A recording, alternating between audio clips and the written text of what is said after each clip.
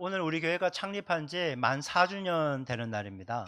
2019년 9월 2일 날 주일 날 오후 5시에 창립 감사 기념 예배를 드림으로 정식으로 교회가 진행되었습니다. 실제로는 저희 집에서 그보다 1년 전에 2018년 9월 1일 날 교회가 시작되었는데, 이제 외부에 이런 상가나 건물을 얻어서 교회 간판을 달지 않으면 교단에서 정식으로 교회라고 인정을 안 해주더라고요. 그래서 아 제 마음속으로는 교회 창립이 5주년인데 공식적으로는 오늘이 만 4주년, 그렇게 감사 예배를 드리게 되었습니다. 교회를 이곳에 얻어서 예배를 드리고 5개월 지나니까 바로 코로나 팬데믹이 이렇게 발생하더라고요. 그래서 막 오던 사람 다 끊기고, 특별히 막 금요 비전 기도회 기도하러 오셨던 분들, 외부에서 오셨던 분들이 이렇게 가장 먼저 기도를 못하는 상황이 되다 보니까 이렇게 떨어져 나가고 막 그런 힘든 시간을 보냈습니다. 하지만 하나님의 은혜로 지금까지 우리가 보낼 수 있었고, 또 하나님의 은혜로 연약하고 부족하지만 그래도 외부로 이렇게 선교사님들이나 다음 세대를 향해서 구제 사역으로 이렇게 흘려보낼 수 있다는 것은 정말 하나님의 큰 은혜가 아닌가, 그렇게 생각을 합니다. 저는 앞으로 더 많은 곳으로 더 많은 기도와 물질을 흘려보내는 축복의 통로가 되는 교회가 되기를 바라고 소망하고, 여러분이 그 구성원들로 멋지게 성장하고 성숙하시기를 주님의 이름으로 축복합니다. 저는 교회 창립 기념일이 이렇게 다가오는 걸 보면서 '교회란 무엇일까?' 좀 생각하게 되었어요. 그때 주님이 주신 마음은 이거였습니다. '교회는 사람을 살리는 곳이다.' 여러분, 교회의 존재 목적은 영혼을 구원하고 영혼을 돌보는 일입니다. 우리가 관심 가지고 집중해야 될 것은 영혼이라는 거예요. 우리가 구제 흘려보낼 수 있죠. 그리고 해외 선교사님 후원할 수 있습니다. 근데 왜 그렇게 구제를 하고 후원을 하는 걸까요? 영혼 때문입니다. 그냥 행사만 하라고 뭔가를 보내는 게 아니라 영혼을 섬기고 영혼을 돌보라고 그 모든 기도와 물질을 흘려보내게 되는 거죠. 여러분, 영혼을 구원하고 영혼을 돌보는 일을 위해서 필요한 것은 바로 복음이죠. 복음. 굿뉴스, 가스펠이라고 하는 복음입니다. 그럼 복음의 핵심이 무엇입니까? 바로 예수 그리스도인 것입니다. 그래서 복음의 생명과 복음의 능력 가운데 살면요, 예수를 올바로 알아야 돼요. 그냥 이래저래 들은 구석이 아니라 성경이 말하는 예수라는 올바른 지식을 알고 붙잡고 주장하며 기도할 때 여러분 능력이 되는 것입니다. 저는 여러분이 소유하고 있는 복음, 이 예수가 여러분에게 단순한 머리의 이론이 아니라 실제가 되기를 소망합니다. 학생들에게 지혜와 힘과 길을 열어주는, 진학과 진리의 문을 열어주는 선한 목자로 예수님을 실제로 만나는 은혜가 있기를 주님의 이름으로 축원합니다. 직장 생활하는 분들도요, 내일 아침에 또 출근해 나갈 때 여러분에게 힘과 능력을 더해 주시는, 하기 싫어 죽겠네, 빨리, 야 이제 월요일 시작인데 언제 금요일 오나, 그런 말이 아니라 하나님, 오늘도 하나님이 나를 인도하시는 그 자리에서 최선을 다해 성실하게 빛과 소금의 역할을 감당하겠습니다, 이렇게 달려갈 수 있는 그런 모습이 되었으면 좋겠어요. 정말 그렇게 주님은 우리에게 힘과 능력과 소망이 되는 실제가 될 수 있어야 하는 것입니다. 여러분, 지난 시간에 우리가 살펴보는 동일한 본문, 중첩되는 부분도 있는데요. 시므이라는 인물을 살펴봤죠. 시므이는 굉장히 늙은 노인입니다. 정말 생이 마감될 날이 오늘 내일하는 그런 아주 늙으신 분이에요. 그분에 대해서 지난주에 네 가지로 평가했는데, 의롭다라는 거, 옳은 분이라는, 경건하다는, 구별된 삶을 살고, 그다음에 성령이 함께하고 이스라엘의 위로의 메시아를 기다리는 사람이었다라고 말씀하는 걸 보게 되었습니다. 그가 성령님의 지시하심을 따라 성전에 들어갔다가 마침 8 일째 할례 받으면서 하나님께 봉헌하기 위해서 온 아기 예수를 만나게 되는 거예요. 여러분, 예루살렘 성전에는 할례를 하고 이 첫째 애들을 봉헌하기 위해, 그리고 제사 지내기 위해서 수많은 사람들이 들락날락거리는 곳이거든요. 그런데 이 시므이는 대부분의 아기 예수를 알아본 거예요. 난지 8 일밖에 안 되고 포대기에 쌓여서 자기 힘으로는 아무것도 할 수 없고 부모의 품에 그냥 수동적으로 안겨 있어야 되는 이 아기가 바로 자기가 그토록 기다렸던 이스라엘의 위로자 메시아라는 사실을 성령님이 주시는 지혜로 깨달았던 것입니다. 이 메시아를 만난 시므이는 부모로부터 아기를 받고 나서 예언적인 찬양을 쏟아내기 시작하는데, 그것이 바로 복음이에요. 바로 예수에게요. 그래서 오늘 이 시간 우리가 보아야 될 부분은 바로 이 시므이의 예언적 찬양 속에 되어진 복음이신 예수님은 어떤 분인가? 요걸 우리가 알아야 돼요. 요 지식을 알고 올바로 믿고 주장해서 여러분 복음의 능력 가운데 살아가는 우리 모두가 되기를 소망하는 것입니다. 자, 그렇다면 시몬의 고백 속에 나타난 예수님은 어떤 분인가요? 예수님은 어떤 분인가? 자, 첫 번째. 예수님은 구원의 빛이요 영광이십니다. 예수님은 구원의 빛. 빛을 비춰준다. 어둠에 빛을 비춰줘서 어둠을 물러가게 하고 생명을 주고 영광이 되시는 분이에요. 여러분 오늘 본문 28절부터 32절까지 말씀을 자 한번 보겠습니다. 주보 4면 5면 참조해 주셔도 되고요. 화면 보시면 되겠습니다. 시작. 시몬이 아기를 안고 하나님을 찬송하여 이르되 주제여 이제는 말씀하신 대로 종을 평안히 놓아 주시는도다. 내 눈이 주의 구원을 보았사오니 이는 만민 앞에 예비하신 것이요 이방을 비추는 빛이요 주의 백성 이스라엘의 영광이니이다 하니.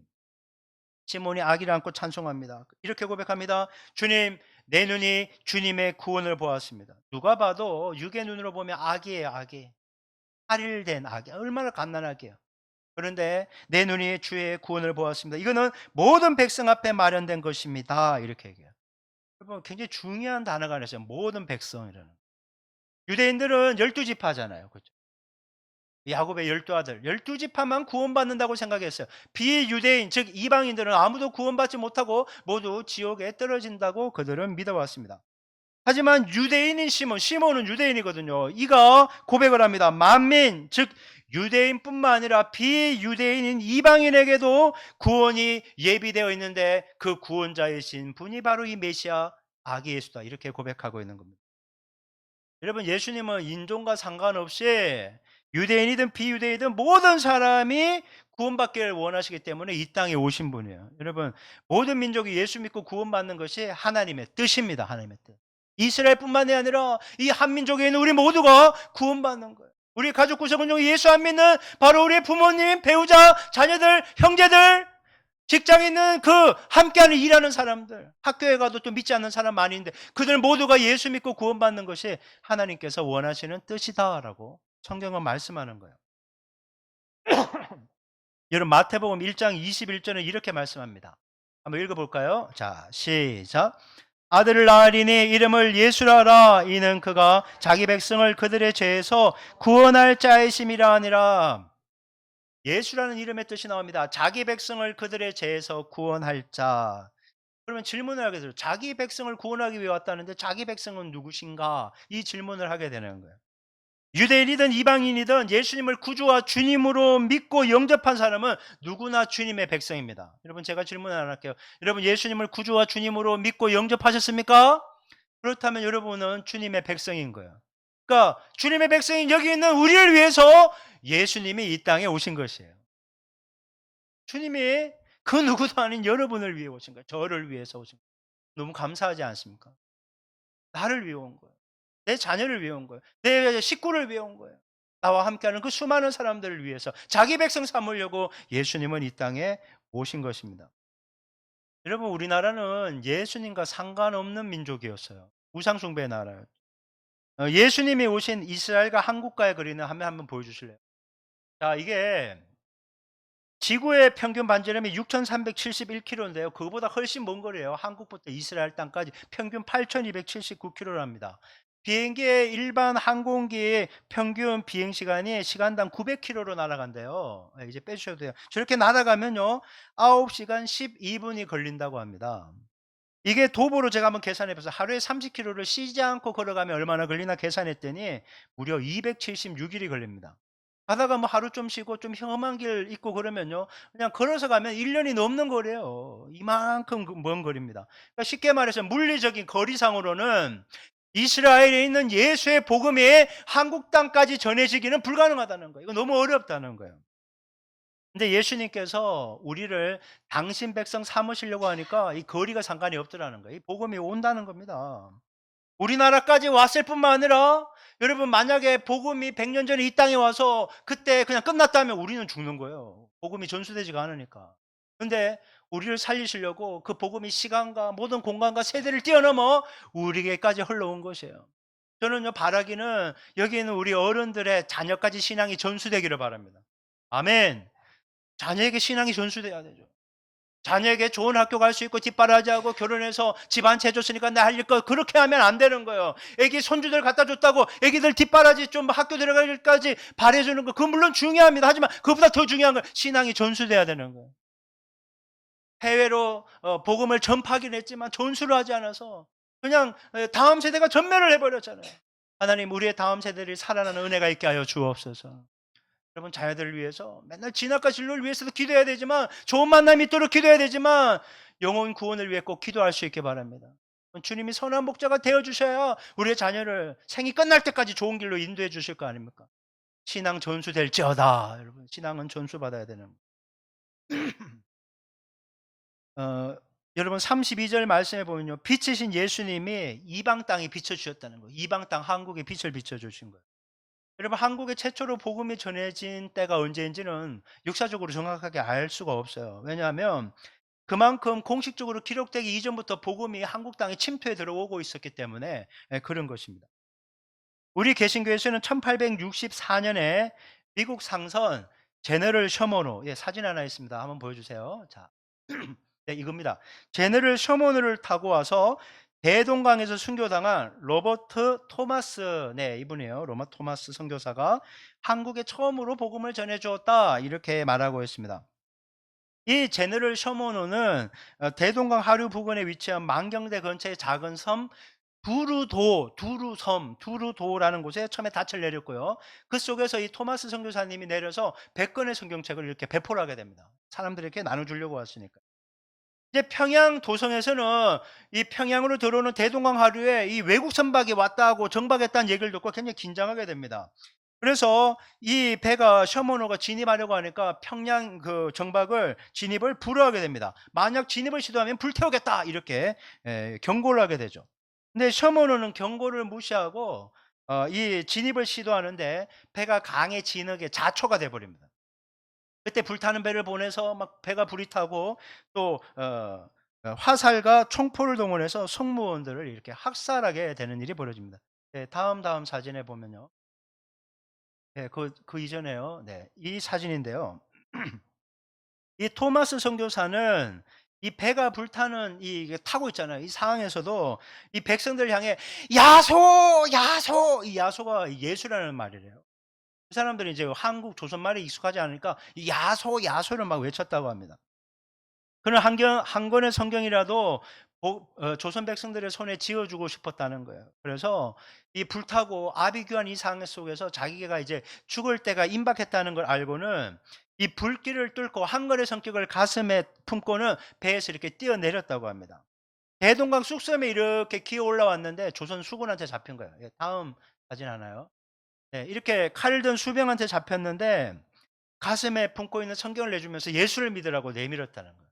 근데 조선 이 병사가 우쭐을 하다가 성경을 탁 쳐내고 그냥 이 칼로 가슴을 찌르고 참수해서 이 사람을 죽였다고 합니다. 순교의 피가 한국 땅에 뿌려진 것이죠. 이때 토마스 선교사의 나이가 27세였다고 합니다. 토마스 선교사를 죽인 병사는 성경을 챙겨왔는데 그 다음 장 보시죠. 이분이에요, 이분.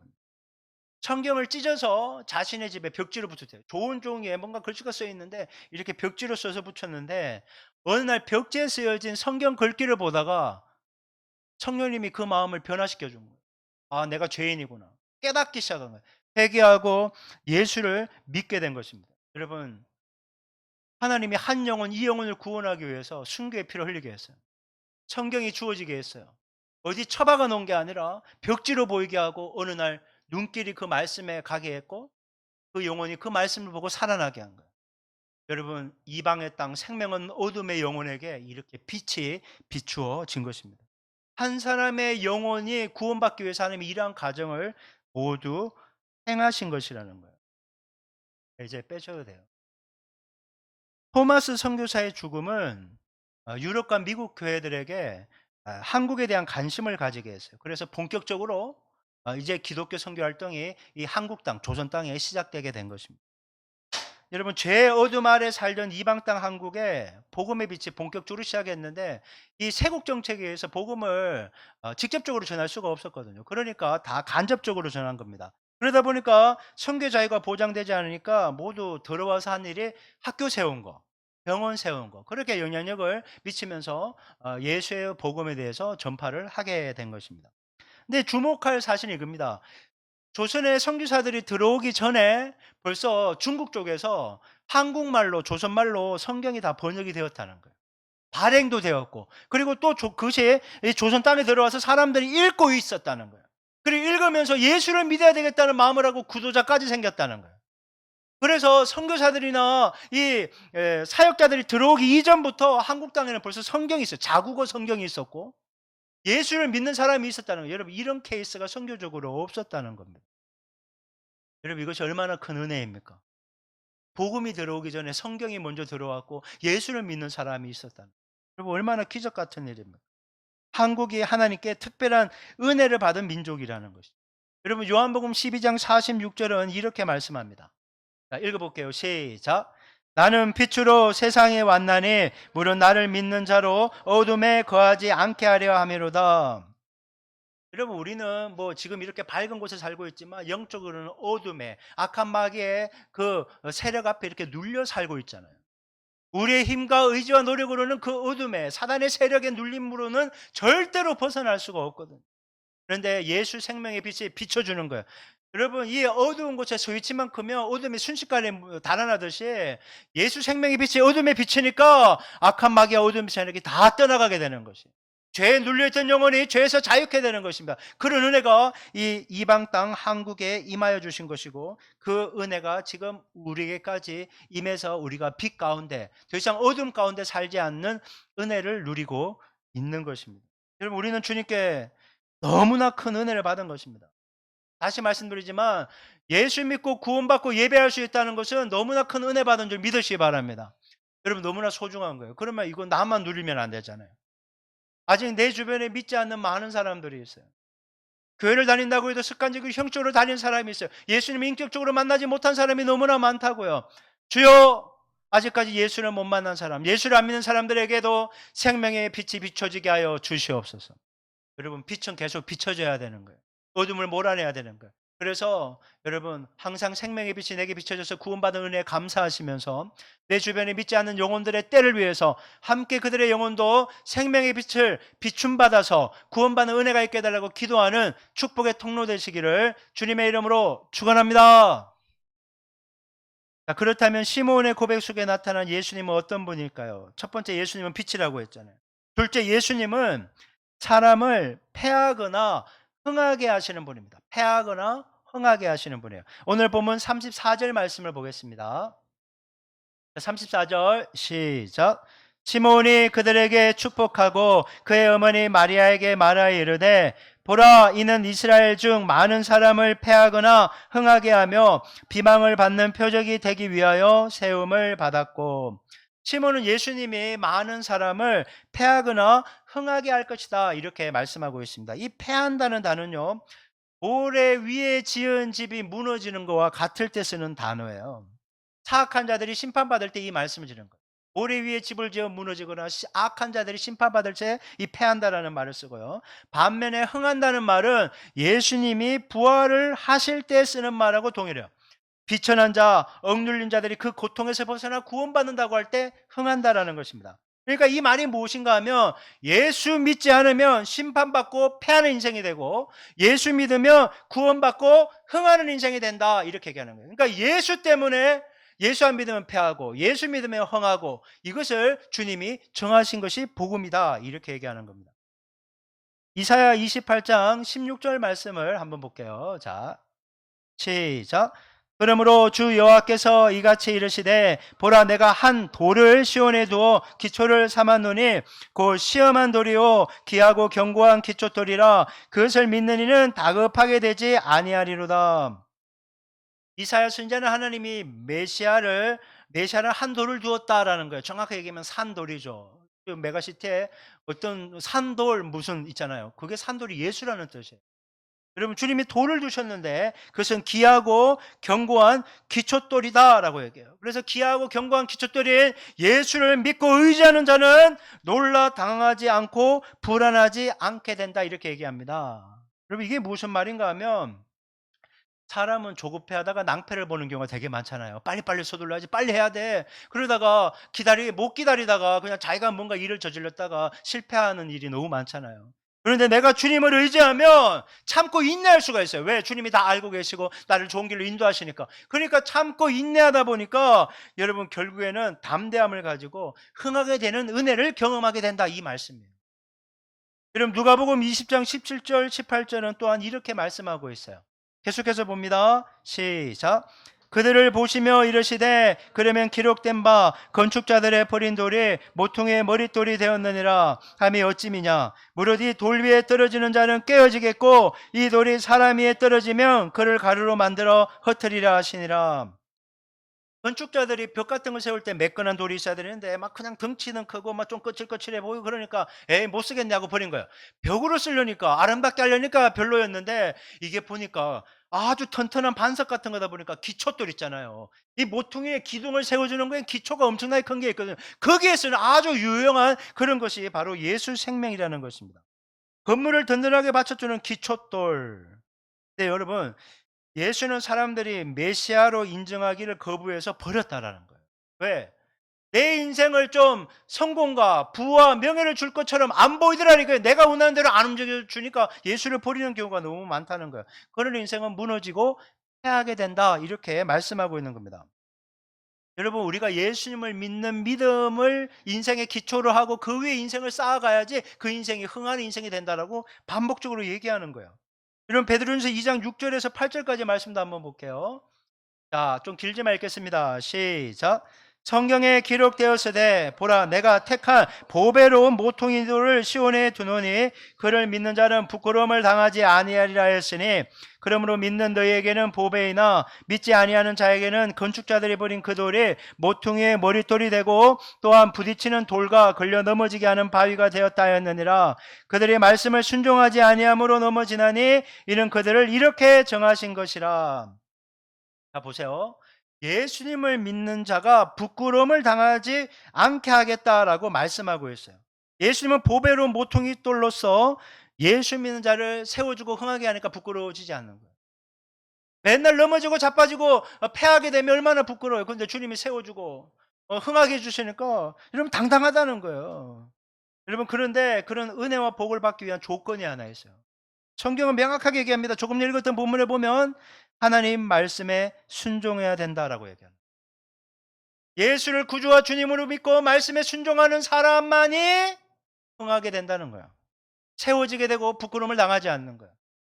예수를 믿는다고 하는데 말씀에 순종하지 않아 그건 패하는 인생이 된다는 거예요. 예수를 아예 안 믿어요? 그건 무너지는 인생이 된다라고 성경은 우리에게 말씀하는 겁니다. 여러분, 믿음은 순종으로 표현되는 것만 진짜예요. 여러분, 예수님 믿으십니까? 네, 말은 이렇게 해요. 말은 누구나 할 수 있어요. 하지만 말로는 아무리 믿는다고 해도 말씀에 불순종하면 그것은 불신앙이에요. 신앙은 순종으로 표현되고 불신앙은 불순종으로 표현되는 거예요. 근데 말씀을 알고도 불순종한다? 그건 신앙이 약한 게 아니라 불신앙이라는 거예요. 그걸 알아야 됩니다. 패하는 인생이 되는 거예요.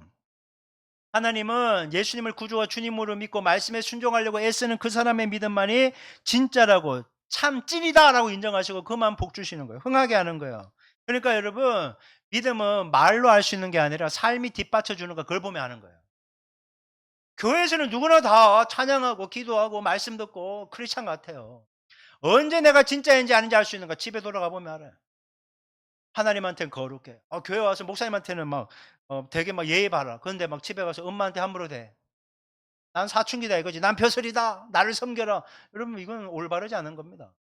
부모니까 내 새끼, 내 자식, 내가 뭐 한 소리 하는데 뭐가 문제야? 여러분, 이것도 올바르지 않습니다. 직장에 가서도 나는 돈 준 만큼 일한다. 여러분, 그러지 않습니다. 그렇게 지내시면 안 됩니다. 여러분, 믿음이라는 것은요, 하나님 앞에 살고 있기 때문에 무슨 일하든지 죽게 하듯 하는 거예요. 모든 사람을 귀하고 소중하게 대하는 것이에요. 당연히 그래도 되는 줄 알았다는 없어요, 여러분. 하나님 앞에서 모든 사람은 소중한 것이고, 내가 정말 믿음이 있다면 주님이 사랑하라면 사랑해야 되는 거예요. 용서하라고 하면 용서하라는 거예요. 섬기라면 섬겨야 되는 것이에요. 주님이 원하시는 대로 내가 순종할 때 그 사람의 삶이 받쳐줌으로 진짜 믿음이 있다고 주님이 인정해 주시는 거예요. 여러분, 다른 사람이 아무리 내 믿음 좋다고 아무리 축켜 세워도 그거 중요하지 않습니다. 하나님이 인정해 주시는 믿음을 소유해야 되는 거예요. 하나님이 인정해 주시는 참된 믿음. 여러분, 매년 자기계발 도서가요 수없이 쏟아져 나오고 있습니다. 정말 도서관에 가 보십시오. 또 그 서점에 가면 베스트셀러 상에 전부 또 자기계발 도서들입니다, 대부분. 그만큼 사람들이 세상에서 부와 성공과 화려함과 안정감을 얻기 위해 나름대로 열심히 노력한다는 거예요. 여러분 그런데 그런 것을 그냥 참고 자료로만 보시고 여러분 오늘 성경이 얘기하잖아요. 인생에서 흥하는 방법 알려주고 있는데 그것을 따르시기 바랍니다. 자, 첫 번째 예수님을 구주와 주님으로 믿는 거예요. 그리고 그다음 무엇이라고요? 말씀에 절대 순종하는 겁니다. 예수님을 구주와 주님을 그 말씀에 순종하는 것이 내 인생의 기초돌을 예수를 든든하게 세우고 그 위에 인생을 멋지고 아름답게 세워가는 것이라는 거예요. 여러분 예수 없이 뭔가 되는 것처럼 보여도 절대로 안 됩니다. 결국 모래 위에 집을 지은 것처럼 해서 무너지게 돼 있는 거예요. 여러분 하나님이 이렇게 정하신 약속이니까 저는 그대로 될 줄 믿습니다. 저는 여러분에게 축복하고 싶습니다. 흥하는 복이 있을지어다. 흥하는 복이 있을지어다. 그래서 예수님을 구주와 주님으로 꼭 믿으십시오. 구원을 받아야죠. 세상에서 성공하면 뭐합니까? 예수 안 믿어서 구원 못 받으면 지옥 가는데 여러분 예수님을 반드시 구원자의 주님으로 믿으시고 정말 여러분의 삶이 뒷받침해 주는 참된 믿음, 실천하는 믿음으로 여러분 흥하는 인생 되시기를 주님의 이름으로 축원합니다. 여러분 흥하는 인생 될지어다. 여러분 그렇다면 시몬의 고백 속에 나타난 예수님은 어떤 분이실까요? 첫 번째, 예수님은 빛을 비춰주는 거예요. 그리고 구원받았죠. 두 번째, 흥하게 해주신다는 거예요. 패하게도 하지만. 말씀에 순종함으로 흥하는 인생이 돼야 되는 거예요. 빛 대신 예수님을 구주와 주님으로 믿어 말씀에 순종하며 아름답게 세워가면 주님이 세워주시고 흥하게 된다. 세 번째, 예수님은 사람의 마음의 생각을 드러내시는 분이다. 마음의 생각을 드러내신다는 거예요. 오늘 본문 35절 말씀을 보겠습니다. 35절 읽을게요. 시작. 또 칼이 내 마음을 찌르듯 하리니 이는 여러 사람의 마음의 생각을 드러내려 함이니라 하더라. 예수님이 예루살렘에 입성할 때 했잖아요. 종려주리라고 하죠. 사람들이 하늘에서 호산나 다윗의 이름으로 오시는 이여. 호산나 다윗의 이름 메시아다 이거예요. 메시아. 그들이 이렇게 고백할 때는 자신들이 원하는 것을 예수님이 충족시켜 줄 거라고 생각했어요. 당신은 어떤 것입니까? 로마로부터 독립이에요. 오병이어 하셨던 분이 한 오병이어로 5천 명을 먹였다고. 그것도 남자만 20세 이상 남자. 애들, 여자, 노인 셈에 들어가지 않는 숫자를 포함하면 2만 명 이상을 먹였다고. 물고기 2마리요. 세상에 요즘 같은 삼각김밥 한 5개로 5천 명을 먹이신 거예요. 5천 명을. 여러분 얼마나 대단합니까? 이분 믿으면 되지 않을까요? 야, 이 예수님만 잘 믿으면 우리 자식 스카이는 가겠네. 이렇게 생각하지 않을까요? 현대 삼성 막 이런 데 갈 것 같아요. 막 공무원도 될 수 있을 것 같고 뭔가 잘 나갈 수 있는 그런 게 분명히 해 주실 것 같아요. 사람들이 그것을 기대하면서 예수를 위해 한호한 거예요. 그런데 예수님이 자기들이 원하는 대로 움직여 주지 않자 일주일도 안 돼서 예수님을 십자가에 못 박혀 죽이라고 그렇게 여러분 돌변하게 됩니다. 여러분 사람들의 속마음이 순식간에 드러난다. 순식간에 드러나는 거예요. 그럼 요한복음 14장 6절 말씀은 이렇게 얘기해요. 한번 읽어볼까요? 시작. 예수께서 이르시되 내가 곧 길이요 진리요 생명이니 나로 말미암지 않고는 아버지께로 올 자가 없느니라. 거리에 보면 교차로마다 이정표가 있잖아요. 도로 이정표가 있고 요즘엔 도보로 걸을 때도 뭐 어디 공원으로 뭐 몇백 미터 막 이런 게 다 표시가 되어 있더라고요. 여러분 그 이정표가 무엇입니까? 그 길을 따라가면 그 쓰여져 있는 이름이 목적지로 도착할 수 있다. 그 내용을 얘기해 주는 거잖아요. 여러분 십자가가 바로 이정표예요. 그 십자가를 따라가면 유일한 길, 유일한 진리, 유일한 생명이 예수님을 통해서 우리가 하나님께 도달할 수 있다는 거예요. 죄인은 하나님을 찾을 수가 없거든요. 그런데 그 길을 밝히 보여주시고 열어주신 분이 예수님이라는 거예요. 예수님이 십자가, 그것이 바로 우리로 하나님께로 가는 이정표예요. 세상의 성공을 위한 이정표가 아니라 하나님께로 나아가는 생명의 주이신 하나님께로 나아가는 이정표가 예수님의 십자가라는 거예요. 근데 우리가 예수님의 그 십자가를 따라가다 보면 우리의 민낯이 다 드러나게 되는 거예요. 여러분 자신을 위장하고 포장하고 있던 것들이 예수님의 십자가를 따라가다 보면 이게 홀라당 다 벗겨지기 시작하는 거예요. 여러분 우리도 뭐 십자가 이렇게 있지만 십자가에는 옷을 다 입고 자기를 치장하며 올라갈 수 있는 곳이 아니에요. 십자가에 매달릴 때는요 옷이 완전히 벌겨벗겨진 상태로 올라가는 거예요. 십자가의 길을 걸어갈 때도 마찬가지예요. 십자가를 지고 가야 되거든요. 자기의 껍질이 다 벗겨지는 괜찮은 사람인 것처럼 했어요. 난 굉장히 나이스한 사람인 것처럼 좋은 사람인 것 신앙이 좋은 사람인 것처럼 위장하고 말하고 포장하고 여러분 그러한 모습으로는 십자가의 길을 걸어갈 수가 없는 거예요. 십자가는 내 마음과 생각의 현주소가 어떤 것인지 다 드러나게 한다는 거예요. 내가 정말 예수 믿는 사람인지 아닌지 진짜 십자가의 길을 걸을 때. 내가 정말 말씀에 순종하는 사람인지 아닌지 십자가의 길을 걸을 때 딱 결판이 나는 거예요. 내가 땅의 것만을 위해 사는 사람인지, 정욕적인 사람인지, 육의 사람인지, 아니면 위의 것을, 영원한 것을 바라보며 성령을 따라 행하는 사람인지 십자가 앞에서 다 드러나게 되는 거예요. 옆에 사람은 속일 수 있어요. 하지만 십자가 앞에서는 그것은 불가능해요. 유대인들은 단 두 명만이 천국에 들어간다면 한 명은 바리새인, 또 한 명은 서기관이라고 생각했어요. 랍비들이죠. 그들은 자타가 공인하는 의인들이었어요. 거룩하고 경건하고 말씀을 하나도 어기지 않고 율법을 철저하게 순종하는 사람들이라고 자타가 공인했어요. 하지만 예수님은요, 그들은 만날 때마다 비난하고 공격했어요. 예수님은 그들의 마음과 생각을 아셨기 때문에. 여러분, 사람들은 속여도 예수님의 눈을 속일 수가 없다는 거죠. 다 드러나는 거예요. 예수님이 그들에 대해서 이렇게 말씀하십니다. 마태복음 23장 25절에서 27절. 자, 읽어볼게요. 시작. 화 있을진저 외식하는 서기관과 바리새인들이여, 장과 대접의 겉은 깨끗이 하되 그 안에는 탐욕과 방탕으로 가득하게 하는도다. 눈먼 바리새인이여, 너는 먼저 안을 깨끗이 하라. 그리하면 겉도 깨끗하리라. 화 있을저 외식하는 서기관들과 바리새인들이여, 회칠한 무덤 같으니 겉으로는 아름답게 보이나 그 안에는 죽은 사람의 뼈와 모든 더러운 것이 가득하도다. 바리새인과 서기관들의 마음과 생각에는요, 탐욕과 방탕으로 가득했어요. 앞에서는 괜찮은 사람인 것처럼 했지만 그건 썩었다. 하나님을 경외한다고 말을 했지만 그 마음의 중심에 하나님이 없었어요. 율법을 다 지키라고 말을 하고 지키지 않는 사람을 막 정죄했어요. 너 왜 말씀대로 안 살았냐고. 근데 자기들은 말씀을 다 어기고 지키지 않았어요. 속 사람은 썩어서 빵점짜리인데 그 사람은 100점짜리라고 인기가, 그냥 천국에 들어갈 사람들이라는 얘기를 들었던 거예요. 근데 예수님 앞에서, 십자가 앞에서 그들의 실체가 다 드러나고 있는 것입니다. 여러분, 우리들도 예수님 앞에서, 십자가 앞에서 실체가 다 드러나는 거예요. 저는 예수님이, 그리고 십자가 앞에서 사람의 마음과 생각이 드러난다는 이 메시지를 묵상할 때 두려웠습니다. 주님은 과연 나의 이 마음과 생각을 보시면서 뭐라고 말씀하실까? 여러분, 바리새인과 서기관들은 자기들이 썩었다고 단 1도 생각하지 않았을 거예요. 여러분, 여기 계신 분들 자기가 마음과 생각이 썩었다고 생각할 분은 아무도 없을 거예요. 아니, 9월의 첫날부터 이렇게 주일날 오전부터 시간을 구별해서 예배할 수 있다는 것은 여러분 대단한 믿음 아닙니까? 썩었다고 아무도 내 믿음 정도만 괜찮다고 다 생각할 거예요.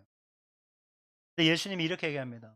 그 썩었다고 하는 바리새인들과 서기관들의 의보다 더 나아야 하나님 나라에 들어가기에 합당하다라고 얘기해요. 그들이 비록 위장하고 포장하지만 그들이 애쓰려고 하는 그 모습보다 너희가 더 나아야 된다. 우리가 과연 열심히 있는가? 내 자신한테 질문이 되는 거야. 아, 열심히 있는가? 여러분, 하나님께서 너의 마음과 생각이 다 드러난다고 했을 때 과연 누가 나 정도면 괜찮지. 나 예수 믿고 교회 다니고 뭐 헌금 생활 다 하고 믿음에 몇 대고 뭐 나 정도면 괜찮지 않아? 여러분, 이렇게 당당하게 주님 앞에서 십자가 앞에서 말할 수 있는 사람이 과연 누가 있을까요? 이걸 묵사하는데 자신이 없는 거예요. 목사라고 뭐가 그렇게 자신이 있겠어요? 저나 여러분이나 다 연약하고 부족하지. 근데 이런 두렵고 혼란스러운 마음을 가지고 있을 때 주님이 제게 주신 마음은 이것이었어요. 그래, 너는 자격이 없어. 하지만 너는 은혜로 서 있는 거야. 라고. 받을 자격이 없는 사람에게 부어진 하나님의 자비와 긍휼과 사랑, 그것이 바로 은혜 아닙니까? 그럼 그 은혜 때문에 예수 믿을 수 있어요. 그 은혜 때문에 예배할 수 있는 것이고, 그 은혜 때문에 지금 이 자리에서 설교할 수 있는 것 아닙니까? 나의 의가 아닌 십자가 은혜로 서 있는 거예요. 저는 이 복음 선거가 떠올랐습니다. 오직 주의 은혜로 지금 여기 서 있네. 여러분, 우리 한번 이 찬양 하나님께 올려드려 볼까요?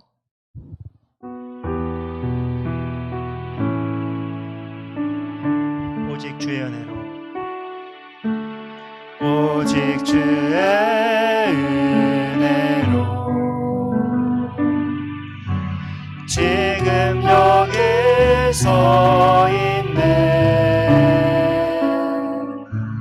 한없는 경배 한없는 찬양 내 영혼 예배 드리네. 나를 위해 이 땅에 오신 주의 은혜 십자가 고통 이기신 주님 은혜 어찌 잊으리.